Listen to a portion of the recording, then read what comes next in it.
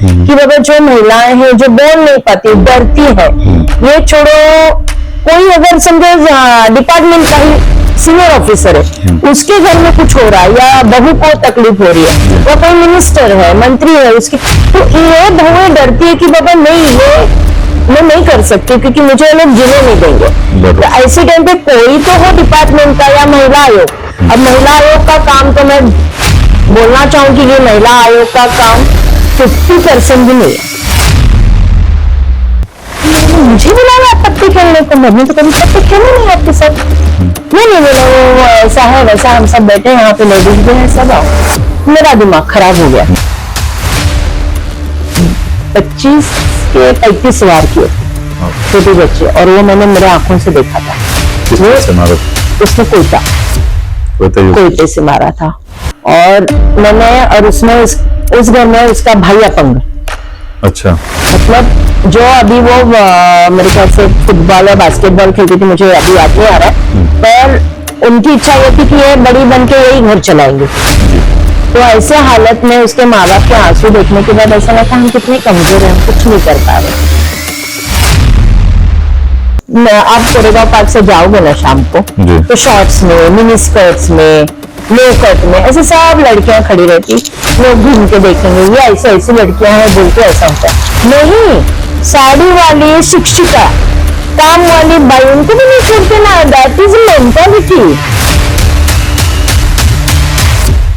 वाले हमको मार रहे थे। अच्छा। उत्तर भारतीयों को, मतलब अभी मेरा कुक है दरभंगा का, उन लोग रात को जब घर जाते हैं तो उनके हाथ में मोबाइल, घड़ी, जो कुछ भी रहता था, तो पूरे मनसे के नाम पे फिर वो टॉवल में पत्थर डाल के उनको मारने का, तो छीन के लेने का। तो ऐसे टाइम पे फिर सुरेश भाई रास्ते पे उतरे। वो टाइम पे सुरेश भाई, दीपक मालिक रेलवे स्टेशन पे गए और हाथ जोड़ के सबको बोले कि मत जाओ, रुको यहाँ पे, हम आपको सिक्योरिटी देंगे। मैं तिवारी सरनेम है, इसके लिए गिरीश बापट जी बोले कि नहीं चल सकता। थोड़ा तो इंसान इंस्टिगेट होता है ना कि बाबा यार ये नाच रही है ऐसा, इसको कोई कुछ नहीं बोलेगा। हमने सीटी मारी, हमने उसको आंख मारी, हमने उसको छुआ तो हमारे ऊपर गुनाह दर्ज। तो कुछ सोशल मीडिया का मैं बोलूँ ना, तो आज की तारीख में सोशल मीडिया 60 to 65% हावी है। पिछले कुछ दिनों में महिलाओं के ऊपर जो अत्याचार हुए हैं पूना सिटी में, वो पूरे देश की मीडिया ने दिखाया है। इन सभी मुद्दों पर बात करने के लिए आज हम मौजूद हैं कोरेगांव पार्क में। हमारे साथ महिला कांग्रेस की वाइस प्रेसिडेंट संगीता तिवारी जी हैं। इन सभी मुद्दों पर हम खुल के बात करेंगे। मैम, स्वागत है आपका गेस्ट इन द रूम। धन्यवाद। महिला समाज में एक बहुत बड़ा नाम है, लेकिन उनके ऊपर जब अत्याचार होता है तो वो एक सोचनीय विषय हो जाता है।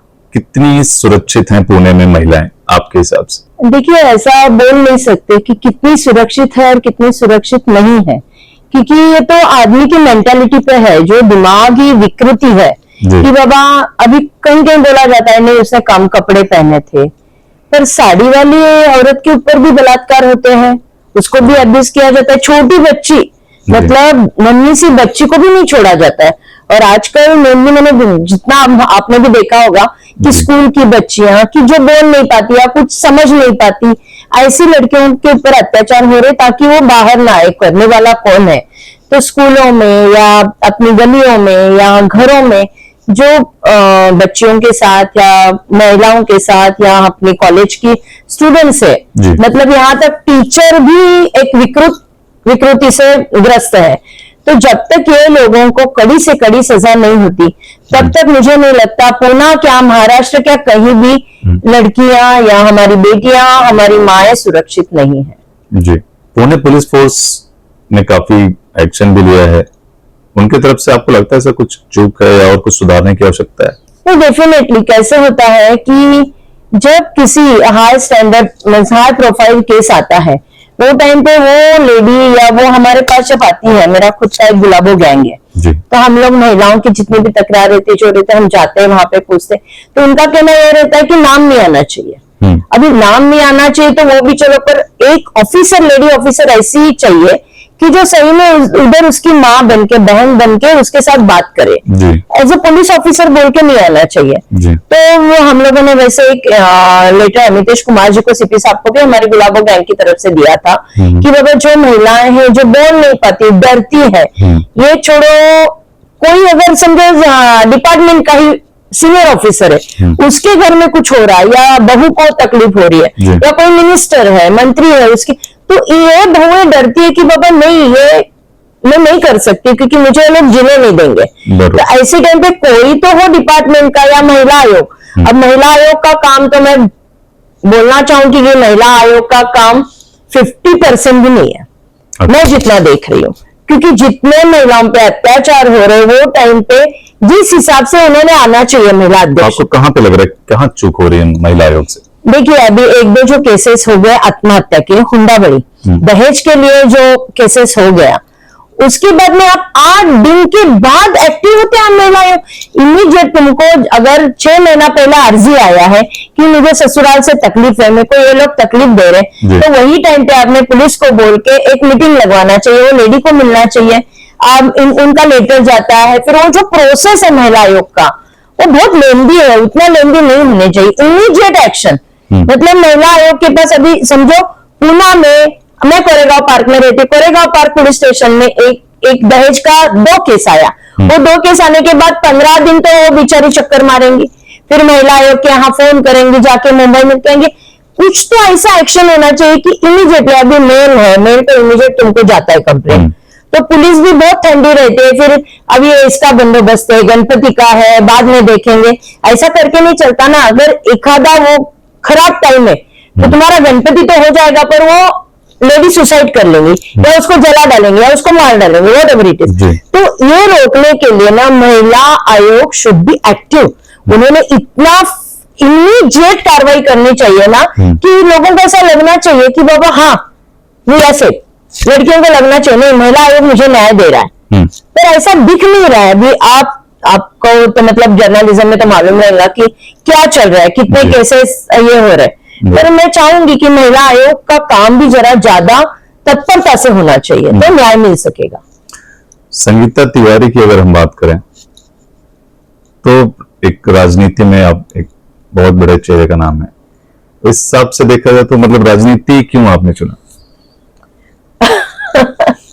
राजनीति क्यों चुना? एक्चुअली देखा जाए तो सबसे पहले मैं राजनीति में आई, वो प्रदीप रावत जी पुणे के खासदार थे, अच्छा, भाजपा के, वो मेरे मुंबई भाई हैं। अच्छा, तो उन्होंने शायद मन में कोई गुण देखे, अच्छा, और ऐसा लगा उनको कि संगीता तू बहुत अच्छा करेंगी, भाषण मेरा उनको अच्छा लगा। मैं नहीं बोलूंगी मेरा भाषण कैसा है, पर वो बोले तुम you are a very good orator. अच्छा। तो उसके बाद में फिर मैं बीजेपी ज्वाइन की, और उसके बाद में फिर मेरा भाषण वगैरह चलते चलते चलते बहुत आगे तक चला, हिंदुत्व पे बहुत बोलती थी। फिर एक दिन मेरा भाषण सुरेश भाई कलमाडी ने सुना, अच्छा, और वही टाइम पे कॉर्पोरेशन के इलेक्शन थे और मेरा टिकट, मैं तिवारी सरनेम है, इसके लिए गिरीश बापट जी बोले कि नहीं चल सकता। अच्छा, तिवारी हिंदी भाषिक, तिवारी सरनेम की वजह से, तिवारी सरनेम हिंदी भाषिक। फिर भी मराठी में फ्लुएंट बोलती हूँ कि मेरे डैडी इसमें थे, डिफेंस में थे, उनका लास्ट पोस्टिंग पूना में, मेरा मैका कस्बा पेट में।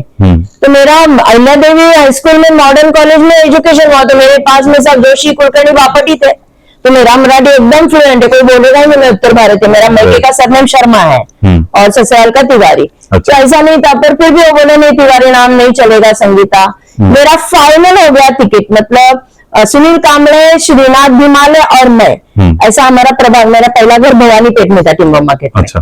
तो हमारा हो गया। मैं शरद बाबू कुलकर्णी, अभी जिंदा नहीं है, शरद बाबू कुलकर्णी थे वो टाइम पे, और गोपीनाथ मंडे जी के सामने हम लोग बैठे थे, और मुझे शरद बाबू बोले जा पुणे और प्रचार का काम चालू करो। मैंने तो वेबसाइट वगैरह बनाया था, उसका लॉन्चिंग वॉन्चिंग किया।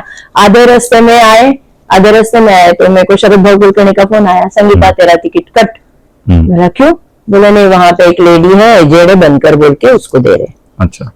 आई वॉज वेरी डिस्टर्ब कि यार मेरा सरनेम हिंदी, टिम्बर मार्केट में मैक्सिमम गुजराती, मारवाड़ी, मतलब बहुभाषिक लोग हैं। तो वो टाइम बहुत डिस्टर्ब हो गई थी। तो तिवारी सरनेम की वजह से आपका टिकट कट हुआ, ऐसा कह सकते हैं। हिंदी भाषिक जी। तो अभी आप इतने टाइम से एक्टिव हैं पुणे सिटी में, that is pure Marathi city, we can say that, यहाँ पे सबसे अच्छी मराठी यूज होती है 101%। तो हाउ डू यू सर्वाइव, आपने कैसे सर्वाइव किया? और अभी नहीं, मेरा मराठी बहुत बढ़िया है। मतलब मैं उत्तर प्रदेश से थी, पर अभी मैं महाराष्ट्र में हूँ। जैसा हम बोलते हैं ना कि हमारी कर्म भूमि जो है वो महाराष्ट्र है, जन्मभूमि भले उत्तर प्रदेश रहने दो, पर कर्म भूमि होने तो हमेशा हम लोग उत्तर भारतीय बोलते हैं माय मरो मावशी जगो। अच्छा। जसं मी मराठीत म्हणे माय मरो आणि मावशी जगो, तशी माझं पुणे जे आहे ती माझी खरं पाहिलं तर आईच आहे। अच्छा। और मेरा मराठी अच्छा होने से मुझे कोई दिक्कत नहीं थी।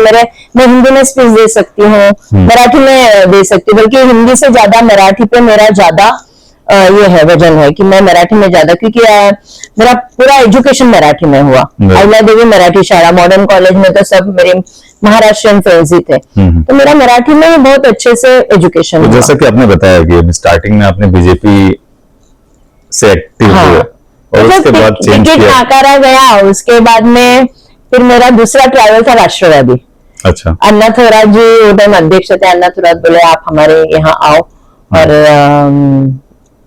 राष्ट्रवादी में, तो राष्ट्रवादी में भी वापस मुझे अजीत दादा ने बुलाया, बोले नहीं Tiwari surname, my God, Hindi ये इशू है, सेम इशू आया। फिर मैंने छोड़ दिया, राष्ट्रवादी भी छोड़ दिया, मैं चुपचाप घर में बैठी थी। फिर एक दिन ऐसे ही अचानक एक जगह स्पीच दे रही थी मैं, और वहां से सुरेश भाई कलमाड़ी जीप में से जा रहे थे, प्रचार खत्म हुआ था उनका और वो जा रहे थे, तो उन्होंने जीप रोकी और पूछा ये कौन बात कर रहा है। मुझे इंसिडेंस मालूम नहीं, मुझे शांतिलाल सूरतवाला ने बताया कि क्या हुआ। अच्छा। तो उन्होंने मेरा पूरा भाषण सुना और उसमें मैं कलमाड़ी साहब को गालियां दे रही थी। उन्होंने पूरा भाषण सुनने के बाद शांतिलाल सूरतवाला को बोला ये अपने पार्टी में चाहिए मुझे। फिर मैं रात को घर पे आई तो करीबन 11:30 पौने 12 बजे काका का फोन आया। अच्छा। समिता काय करते? काय नाही काका बसले, काय चाललंय? म्हणलं काय नाही, 1 मिनिट कलमाड़ी साहब बोलतात। आई वाज शॉक, कलमाड़ी साहब मीन्स मेरे लिए तो वो भगवान। मैं बोली ये सर, समिता सुरेश बोलते।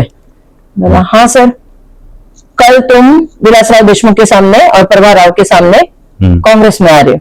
मैंने सर एक मिनट सूर्यकांता ताई, पर मुझे कुछ नहीं सुनना, मेरा कुछ भी नहीं सुना, और कल तो मुझे 3 बजे सारसबाग के सामने चाहिए। अच्छा। अब मैं परेशान, मैंने फोन रखा, मेरी बेटी वो टाइम आई लॉस्ट हर, जिंदा थी वो टाइम, बोली मम्मा डोंट गो, तुम्हारा पवार साहब से अच्छा है और सूर्यकांता पाटिल से अच्छा है, क्यों जा रहे हो इधर, अच्छा तुम की पोस्ट पे हो। समझ में नहीं आ रहा था क्या करूं। वापस फोन आया साहब का, अच्छा तुमको मैं शिक्षण मंडल दूंगा। फिर क्या अपॉर्चुनिटी, शिक्षण मंडल मिलना आसान नहीं था, ऐसा भी नहीं है कि मैं काम नहीं कर पाऊंगी, बस मुझे चाहिए, पर साहब ने कुछ तो मेरी क्वालिटीज देखी थी।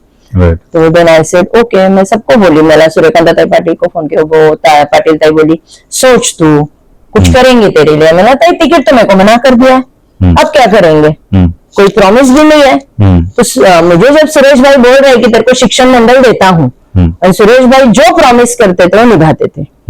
आज तक का रिकॉर्ड, उन्होंने जिन मेयर बनाना है उसको मेयर बनाया, स्टैंडिंग कमेटी चेयर बनाना है बना। सुरेश कलमाड़ी का जबान जो था ना वो ये था, पक्का था। तो सब निराश उदास थे, बेटी भी उदास थी, सब बोल रहे थे मत जा, पर पता नहीं मेरे को ऐसा लगा कि नहीं जाना चाहिए, आपके अंदर से फीलिंग है कि ज्वाइन करना है। मैं गई सारसबाग के यहाँ, फिर मेरे को भाषण करने लगा है साहब ने। सो प्रभा राव थे, विलास राव थे, सबने सुना भाषण मेरा सुना, क्योंकि वो टाइम कुछ ऐसा इंसिडेंस हुआ था मेरे साथ कि जो होना नहीं चाहिए था। तो उस बारे में मैंने स्पीकर पे बात किया कि ऐसे नेता तुमको चाहिए कि कांग्रेस में शेयर करना चाहेंगे थोड़ा सा एग्जैक्टली? नहीं, मुझे एक्चुअली मैं जो पार्टी में थी वहां के कुछ लोगों ने फोन किया था कि बाबा आ जाओ, हम पत्ते खेलने बैठे हैं, आप आ जाओ। तो मैं बोला मुझे बुलाया आप पत्ते खेलने को? मैंने तो कभी पत्ते खेले नहीं आपके साथ। नहीं बोला वो ऐसा है वैसा, हम सब बैठे यहाँ पे, लेडीज भी है, सब आओ। मेरा दिमाग खराब हो गया। नाम लेना चाहेंगे आप? नहीं, नाम नहीं लेना चाहती, उमर गया अभी। अच्छा। नाम नहीं लेना चाहूंगी, पर कौन सी पार्टी से थे? थे, अभी वो पार्टी भी नहीं बोलती हूँ मैं। पर पूरे पुना को मालूम है, तुम्हारे मीडिया को भी आधे लोगों को पूछोगे तो, क्योंकि वो टाइम मीडिया मेरे घर के नीचे आके बैठा था सब पूरा। अच्छा। तो फिर मैंने पुलिस कंप्लेन किया। पुलिस कंप्लेन होने के बाद में काफी वो चर्चा में रहा विषय। तो वो टाइम पे फिर सब उनकी बीवी, उनके बच्चे आके मेरी माफी मांगे। Then I said forget it, छोड़ो, विषय नहीं खींचना है अपने को।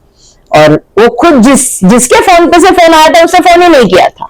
अच्छा। किसी और ने मिस्टीरियसली वो किया था, वो हमको पूरा बाद में मालूम पड़ा। तो तब तक जो आदमी के फोन से आया वही नाम रहेगा। और बाद में पता चला किसी और का पिया उधर बैठा था, उसने फोन किया। और मैं तो ये बात सहने वाली नहीं थी, इस बारे में तो मैं नागन हूँ कि मेरे को अगर छेड़ा तो मैं डसे बगैर नहीं रहूंगी।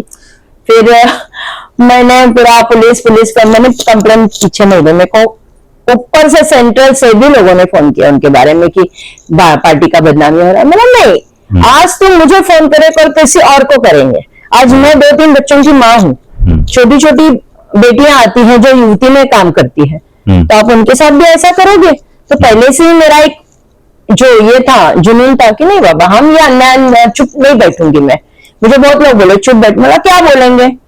मॉडर्न है, इसका मतलब ये नहीं है ना कि तुम किसी को भी पत्ते खेलने को बुलाओगे। तो फिर उसके बाद में ये ठहराया था कि बाबा नहीं करने का, पार्टी में काम नहीं करने का, या ऐसे लोग है वैसे लोग है। पर सुरेश भाई एंजल पर्सन, और कोई कुछ भी बोले, पर सुरेश भाई ने कभी हमको एक पैसा नहीं मांगा किसी को पोज रहा है। उनको सिर्फ यही चाहिए था कि मेरे पार्टी में कोई अच्छा बोलने वाली महिला नहीं है। तो फिर उन्होंने मुझे बुलाया, फिर उन्होंने मुझे जिम्मेदारी दी कि कांग्रेस के जितने नगर सेवक है उनकी सभा सब तुम्हें अटेंड करने की। तो करीबन वो टाइम पे मेरी रोज की 30 से 40 सभा होती थी। शाम को मैं 6 बजे निकलती थी। अच्छा। रात को 11 बजे घर वापस आती थी। बहुत मेहनत की मैंने, मेरे सभा को रिस्पांस भी अच्छा आता था, क्योंकि मैं ये नहीं बोलती थी कि 400 करोड़ 300 करोड़ का काम किया। मेरा भाषण होता था इमोशनल, हमारी महिलाओं के लिए होता था, भाइयों के लिए होता था, जाति धर्म सब एक साथ लेके चलने के ऊपर होता था। और एक वक्त था कि भाजपा में थी तब सिर्फ हिंदुत्व पे बात करती थी, और इधर आने के बाद थोड़ी विचारधारा बदल गई, अच्छा लगने लगा। भाजपा और कांग्रेस की विचारधारा तो एक तरफ है कि हिंदुत्व बीजेपी रखती है, फिर भी कुछ सिमिलरिटीज और कुछ जो सबसे ज्यादा अलग चीजें आप बताना चाहें?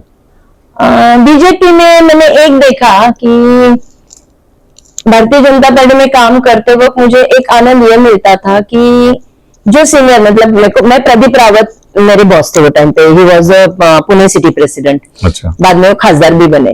तो उन्होंने हमको अच्छा ही सिखाया, कोई गलत चीजें नहीं हुई। मतलब कुछ भी प्रॉब्लम हुआ, दादा ऐसा हो गया, प्रदीप दादा ऐसा हो गया। तो और दादा खासदार बनने के बाद भी दादा ने हमारे उत्तर भारतीयों के काम अगर मैं लेके गई ना, फटाफट करके देते थे। ऐसा कुछ नहीं है कि बाबा लेटर दे फिर देखता हूँ क्या है।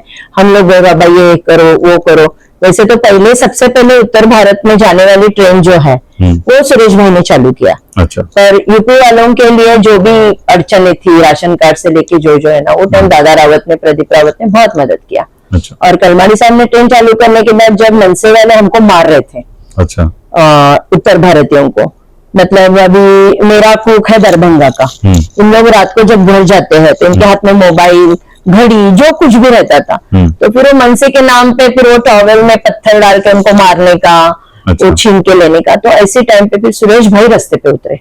वो टाइम पे सुरेश भाई, दीपक मानकर, इन लोग सब लोग रास्ते पे उतर के हम लोग रेलवे स्टेशन पे गए और हाथ जोड़ के सबको बोले कि मत जाओ, रुको यहाँ पे, हम आपको सिक्योरिटी देंगे। फिर सीटी साहब को मिलना वगैरह। मतलब भाजपा में जो तुमने जो सवाल पूछा थोड़ा मेरा ये हो गया, जो हिंदुत्व की बातें हैं या एक सीक्रेट फीलिंग था, वही मुझे कांग्रेस में मिला। अच्छा। But it is because of Suresh भाई कलमाड़ी। कलमाड़ी साहब का ऐसा था कि एक कंप्लेंट भी अगर हमने किया तो सुरेश भाई बुलाते थे सामने, इसको क्या बोला तूने, क्या किया तूने। और एक ऐसा लगता था कि एक फादर फिगर है, ब्रदर फिगर है, जो हमारा मीन्स हमको हेल्प करने वाला है। तो कांग्रेस में ऐसे कलमाड़ी जी के जैसे उनका जो स्वभाव था वैसा नेता कोई और आपको नजर आता है? सुरेश भाई थे। सुरेश भाई के बाद मुझे पूना में क्या, महाराष्ट्र में भी कोई नहीं मिला। कि जो भाई के जैसा विजन है, अच्छा, आज पुणे का प्रोग्रेस जो हुआ, कोई कुछ भी बोलो, सुरेश भाई ने किया। आज आप हिंजेवाड़ी जाओ, बाणेर साइड के आगे गए ना, उसके बाद कलमाड़ी का करिश्मा दिखता है। अच्छा, पर पता नहीं उनका नसीब में क्या था, पार्टी ने भी उनको एक्चुअली वापस लेना चाहिए था, क्योंकि भारतीय जनता पार्टी में कितने कितने लोग हैं जिनके ऊपर केसेस है, वापस उन्होंने लिया, पर कांग्रेस ने क्यों नहीं लिया? इंटरनल पॉलिटिक्स था, what ever it is, I don't know. पर सुरेश भाई बकरा बन गए, अच्छा। बलि का। तो कांग्रेस भी इतना मेहनत कर रही है, अलग अलग यात्रा निकाल रही है, भारत जोड़ो यात्रा, फिर अभी वोट अधिकार यात्रा। राहुल गांधी कर रहे हैं जी, राहुल गांधी कर रहे हैं। मेरे को बताओ ना, राहुल गांधी इतना घूम रहे, भारत जोड़ो किया उन्होंने, अच्छा प्रतिसाद आया, पर इलेक्शन में क्या हुआ? ग्राउंड लेवल पे कौन सा नेता ढंग से काम नहीं कर रहा है? उन्होंने करना चाहिए। एक्चुअली प्रॉब्लम यही है कि जब राहुल जी इतनी मेहनत ले रहे हैं तो हम क्यों नहीं? हम तो आपस में इसका गट उसका गट, वो गटों में बट गया है, और गटों में बटने से क्या हो गया? जातिवाद, गटवाद, ये सब नेतावाद। मैं बोलूंगी नहीं, मैं कलमाड़ी की कार्यकर्ती हूं, मैंने ये बोलना चाहिए मैं कांग्रेस की कार्यकर्ती। कलमाड़ी साहब जब खासदार थे तो वो हमारा बॉस कलमाड़ी साहब थे, पर अब कलमाड़ी साहब नहीं, तो वो टाइम पे अलग अलग अलग अलग अलग अलग थी। ये सब नेता जब एक हो जाएंगे ना, तब हम कहीं आगे जाएंगे।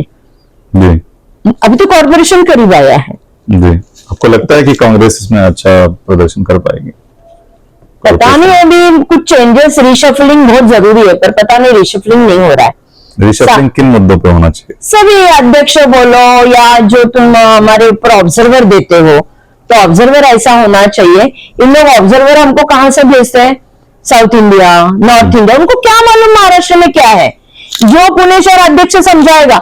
अभी अगर आप कहीं से आ गए, मेरे में बताऊंगी नहीं बाबा ये ऐसा ही ऐसा, तुम बोलोगे हाँ बाबा अध्यक्ष ने बताया। महाराष्ट्र का होना चाहिए, उसको मालूमात होनी चाहिए कि यहाँ कितनी कम्युनिटी, कितने। आज हमारा उत्तर भारतीय समाज, दक्षिण भारतीय समाज, पंजाबी, गुजराती, मराठी सब लोग है, पर पकड़ के नहीं चले। भारतीय जनता पार्टी का सेल है उत्तर भारतीय, जबरदस्त है, उनकी मीटिंग चलते, सब चलते हैं। हमारे यहाँ नहीं है। पुणे में बताइए कांग्रेस का है क्या? मेरे ख्याल से राष्ट्रवादी ने अभी चालू किया है, पर कांग्रेस का सेल नहीं है। मन से तो सवाल ही नहीं उठता, शिवसेना का भी नहीं है। तो तुम लोग अगर कम्युनिटी को पकड़ोगे नहीं, तो कम्युनिटी तुमको अपना मानेंगी कैसे? आज हमारी छठ रहती है, छठ पूजा के टाइम पे अगर पार्टी ने खुद होके हमको घाट बना के दिए, हेल्प किया, तो उत्तर भारतीयों को लगेगा नहीं बाबा में। अभी ओणम है, बताओ मुझे कौन से पार्टी में ओणम के लिए कोई ऑर्गेनाइज किया इवेंट? नो। राहुल गांधी जी से आप कुछ कहना चाहेंगे महाराष्ट्र में क्या और करने की आवश्यकता है पुणे से? मैं यही चाहूंगी कि राहुल गांधी जी ने ना सर्वे लेना चाहिए। सिर्फ नेताओं को मिलकर फायदा नहीं है, कार्यकर्ताओं के साथ आपस में। आप बताओ ना, आप जितनी तुम्हारी बॉडी, उसमें से यूथ का एक मीटिंग रखो, दिल्ली में यूथ आ जाएंगे, महिलाओं का एक मीटिंग रखो, महिलाएं आ जाएंगी। पर ऐसा नहीं हो रहा है ना, क्योंकि राहुल जी जो घूम रहे ना, वो नेताओं के साथ घूम रहे। नेता जो फीड करेगा वही जाएगा ना। संगीता तिवारी को एक पॉलिटिशियन या फिर एक एक्टिविस्ट के अलावा पब्लिक किस रूप में देख सकती है? देखो, मैंने जब गुलाबो गैंग निकाला तो मेरा एक पायल तिवारी फाउंडेशन है जो मेरी बेटी के नाम पे है। I lost my 2 daughters in accident, और उनके नाम से मैं काम करती हूँ। अच्छा।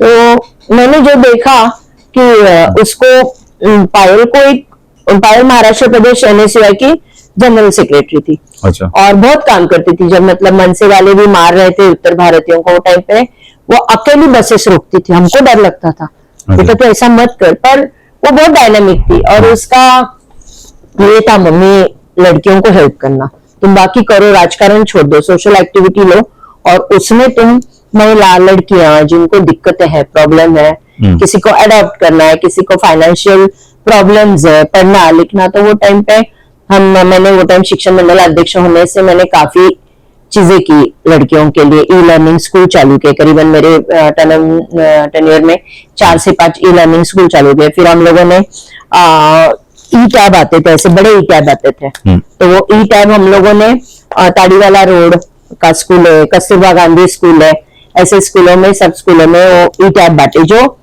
60 के ऊपर मार्क्स लाती थी लड़कियां। और मतलब कहीं कहीं तो ऐसा होता था कि बाप शराबी जुआरी है, वो टैब लेके भाग जाता था। अच्छा। फिर वो लड़की रोते आती थी, मेरे पिताजी लेके गए, फिर उसके बाद में हमने पुलिस में जाना, वो टैब रिकवर करना वगैरह, बहुत सारी चीजें की। अच्छा मैम, ऐसा क्या इंसिडेंट था कि ऐसा क्या मोमेंट था कि आपको गुलाबो गैंग निकालने की आवश्यकता पड़ी?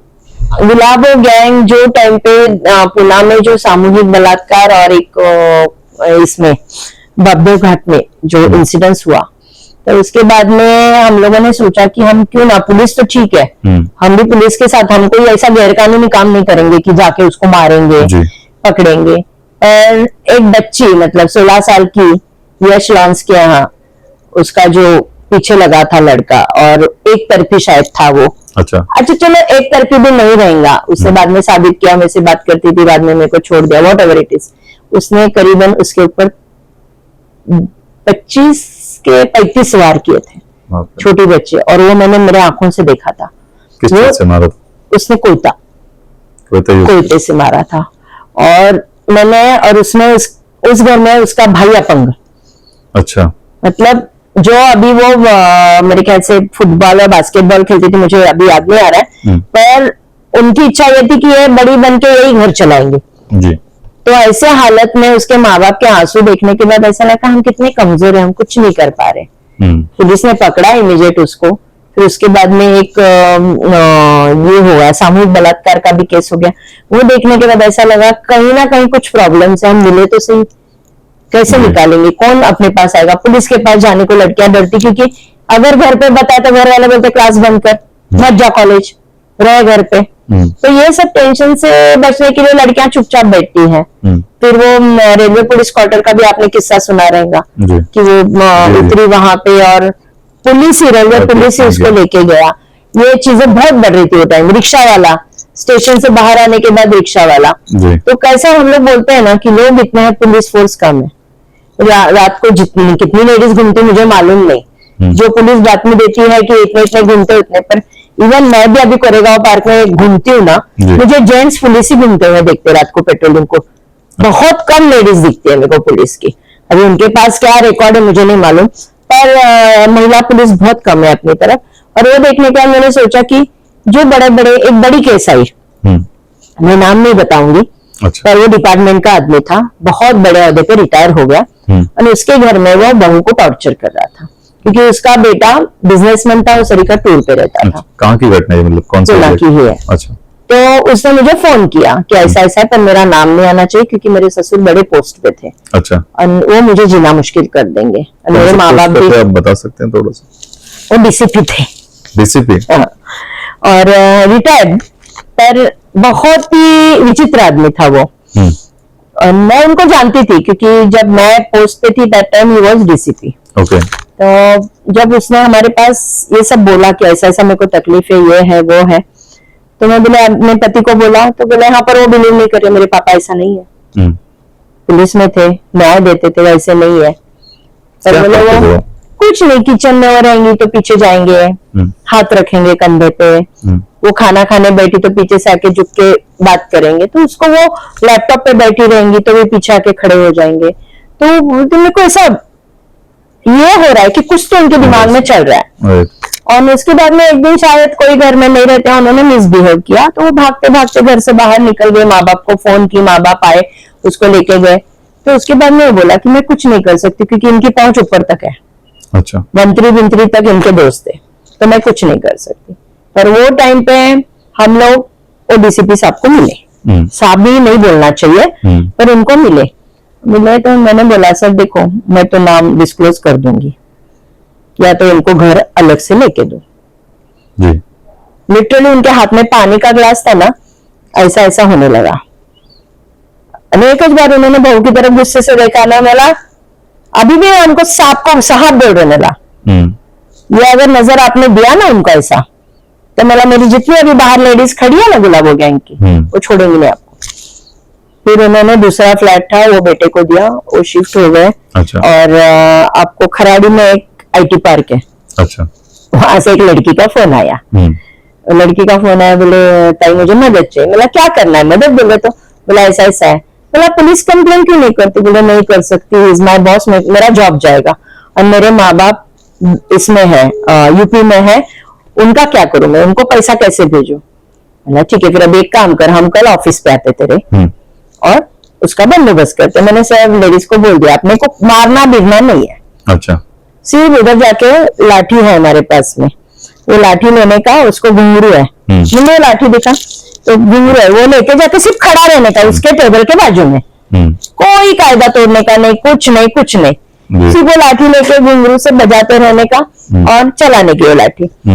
हाँ बोली ठीक है, सब तय हुआ। दूसरे दिन 11 बजे हम लोग जाने के लिए निकले। फिर उसका फोन आया तो दूसरे दिन सुबह जाने का ठहरा हमारा। हमने रात को सब, मैंने लेडीज को बोला बिल्कुल हाथ उठाने का नहीं, कोई भी कायदा, क्योंकि मैंने सीपी साहब को भी बोला था हमारा गुलाबो गैंग कायदा हाथ में ले लेगा और उसको बदनाम करेगा।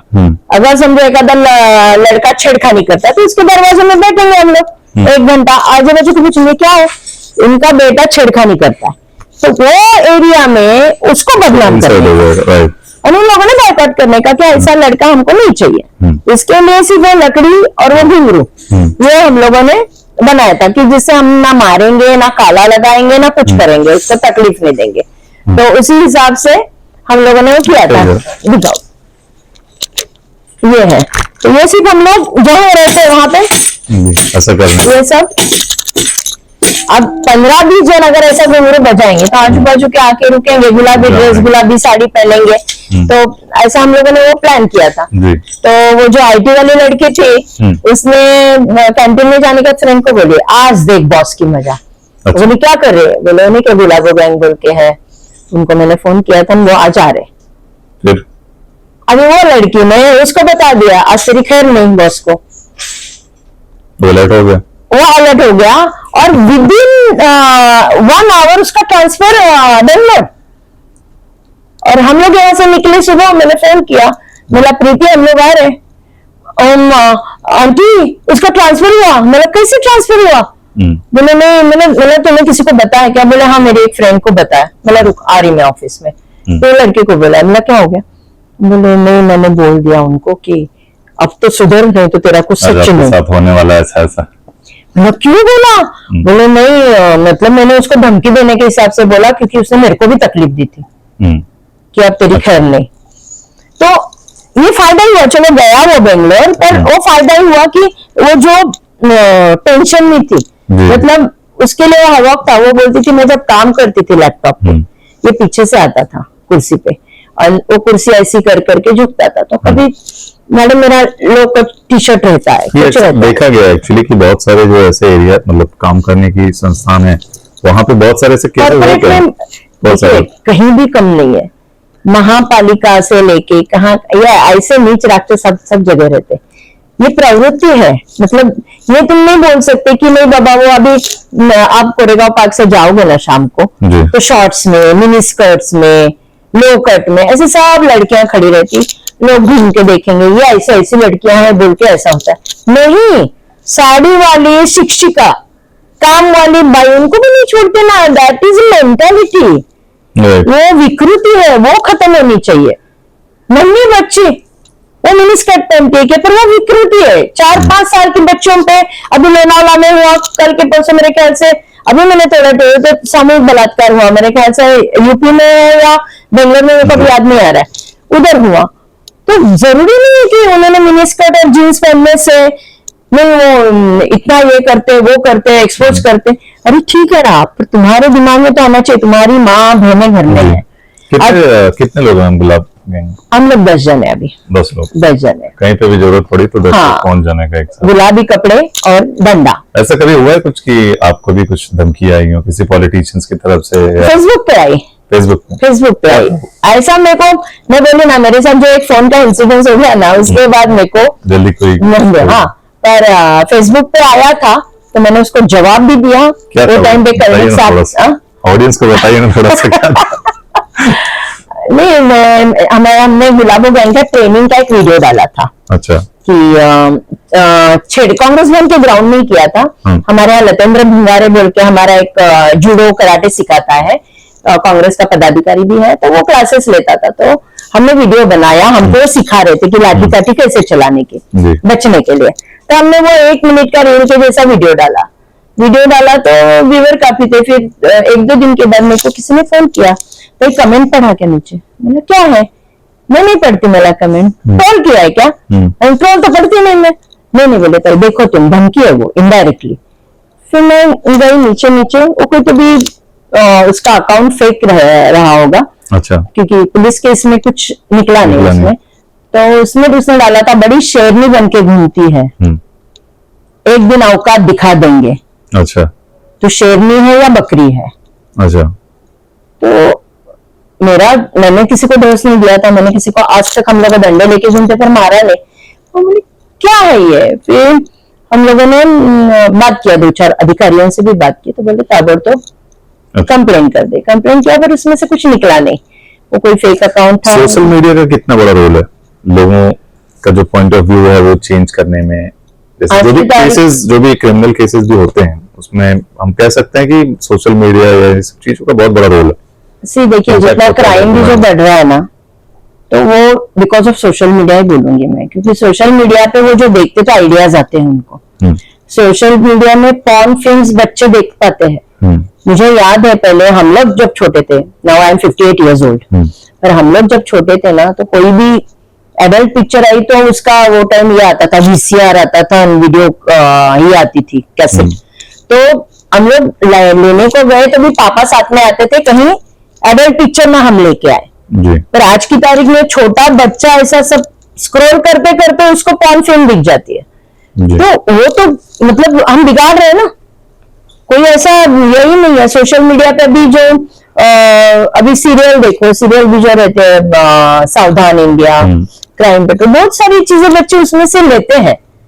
अभी जो बलात्कार की भी केसेस जो होती है, तो उसमें जो रील आते हैं, वो रील में कुछ लड़कियां, मेरे को समझ में नहीं आता जो डांस करती है या जो है, तो उससे थोड़ा तो इंसान इंस्टिगेट होता है ना कि बाबा यार ये नाच रही है ऐसा, इसको कोई कुछ नहीं बोलेगा। हमने सीटी मारी, हमने उसको आंख मारी, हमने उसको छुआ तो हमारे ऊपर गुनाह दाखिल। तो कुछ सोशल मीडिया का मैं बोलूं ना, तो आज की तारीख में सोशल मीडिया 60 to 65% हावी है।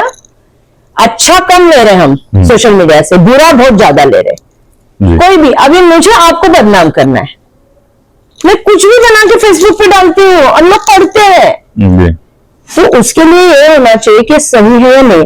आप भी देखो फैक्ट चेकिंग, अभी मैं भी पहले क्या होती थी, मेरे को कोई वीडियो आया, अरे बाप रे ऐसा हुआ क्या, मैं पहले शेयर करती थी। फिर मेरे को बेटे बोले मम्मी फैक्ट चेक करो, और फैक्ट चेक करने के मालूम पड़ता था अरे ये तो बदनामी का काम है, ये है ही नहीं, ऐसा हुआ ही नहीं है। तो महिलाओं के लिए जो स्पेशली जो यूथ है उनके लिए कुछ लास्ट में आप बोलना चाहें?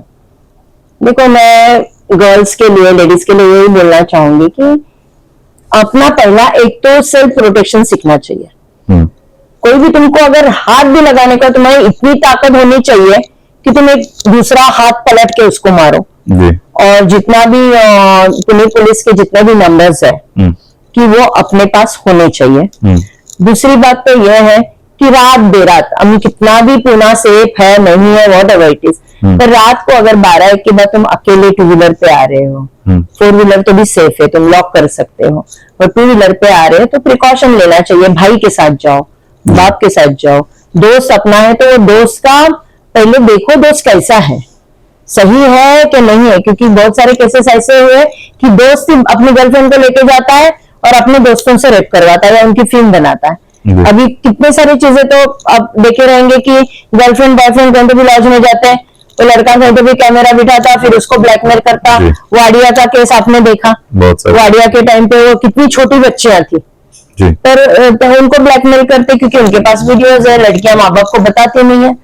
तो ये सब चीजों से अगर बचना है तो माँ बाप से फ्रेंडली रहो। माँ बाप में भी अगर बच्ची से गलती हो गई है तो भी दोस्त बन के सुनो उसको। अगर तुम हैरास करोगे, कैद करोगे तो वो कुछ उल्टा पुल्टा करेंगे। तो एक दोस्त बन के उसको समझाओ। और पुलिस एक चीज ऐसी है जिसमें जाके आप उनको रोक सकते हैं। उनके जितने वीडियोज रहेंगे, कुछ भी रहेंगे, क्यों जाने का, किस लिए जाने का।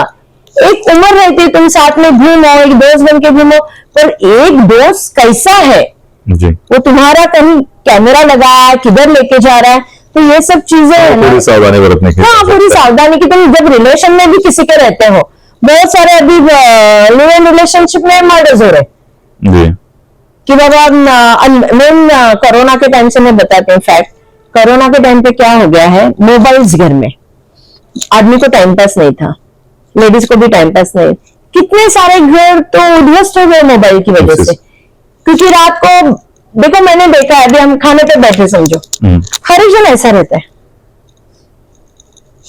What is this.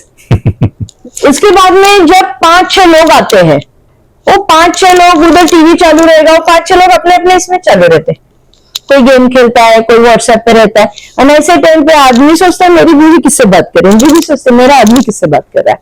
तो ये चीज फिर शक, फिर वो सब सारे प्रॉब्लम्स, एंड मतलब ये जो है ना, ये बड़ी अच्छी चीज के साथ खतरनाक चीज है। खतरनाक ज्यादा है। एक लास्ट क्वेश्चन है, हर इंसान का अपना एक यूनिक स्टाइल होता है, आपका भी अलग ही स्टाइल है यूनिक, इसके पीछे क्या राज है? लाइक इतनी बड़ी bindi, because of this bindi stylish रहना। ये इस पे शायद एक स्टोरी भी बन रहा है, एक प्रेस रिपोर्टर ने परसों मेरे को पूछा क्या चीज है, तो हमारे भी दर्शकों को बताइए शॉर्ट में प्लीज। एक्चुअली मैं बहुत मॉडर्न थी, जब मॉडर्न कॉलेज से मेरा बीकॉम हो गया, मैं बाहर निकली, इतनी से ऐसी एकदम मामूली से, ऐसा दिखती भी नहीं थी, ऐसे काली बिंदी लगाती थी मैं। मेरा लव मैरिज था, शादी हो गई, शादी होने के बाद में यूपी में एक्चुअली कैसा टीका सिंदूर ऐसा बड़ा ये रहता था, पर मुझे नहीं अच्छा लगता था, ये बाप रे इतना बड़ा बिंदी नहीं लगाने का, तो मैं छोटी छोटी टिकली लगाती थी। तो मेरी सास बहुत चिढ़ती थी, पैर में पायल नहीं, बिछुए नहीं, मांग में सिंदूर नहीं, काली टिकली कौन लगाता है, विधवा लगाती है, बहुत चिल्लाते थे। मेरी सास बहुत प्यारी थी, पर वो टाइम पे थोड़ा नया नया मंजूर नहीं थी, तो वो टाइम पे गुस्सा होती थी, तो वो हमेशा मेरे को बोल देंगे एक दिन ना ऐसा सुई लेके डांट दूंगी तेरे को। अच्छा। एक दिन ना तेरे को सुई लेके, एक बार हुआ, 2 बार हुआ, 3 बार हुआ, बहुत गुस्सा आया। फिर एक दिन निकली तुलसी बाग में गई, वहां पे वो शारदा नॉवेल्टीज बोल के शॉप था, अभी नहीं है वो शायद, शारदा नॉवेल्टीज बोल के था, उधर गए, मेरे को बड़ी बिंदी चाहिए। अच्छा। तो उसने मेरे को इतनी सी दिखाई, मैंने इससे बड़ी, बोला मैडम इससे बड़ी नहीं है, फिर आप क्या करो बिंदी स्पॉट में जाओ। अच्छा। तो मैंने शारदा नॉवेल्टी से बिंदी स्पॉट में गई, और वो टाइम में मेरे ख्याल से मेरी शादी हुई 19 साल में, मैं 20 साल की रहूंगी, तो मेरा चेहरा भी ऐसा छोटा था, तो मैं बोले अभी ऐसी बिंदी लगाऊंगी ना कि मेरे सास को शर्म आनी चाहिए कि ये कितनी लगाया। तो वो जिद पे मैं गई, बिंदी स्पॉट से एक बड़ा बिंदी खरीदा और लगाया, आ गई घर पे आ गई, तो सास बोले हाँ अभी कितनी अच्छी लग, मेरे को लगा गाली देंगी कि क्या है ये, हाँ अभी अच्छी लग रही है, एकदम अच्छी लग रही है अभी। तो फिर तब से वो बिंदी हो गया, तो मेरा वो स्टाइल ही हो गया, और उसके बाद में फिर मैंने बिंदी छोड़ी नहीं। जी, thank you ma'am, thank you so much, thank you.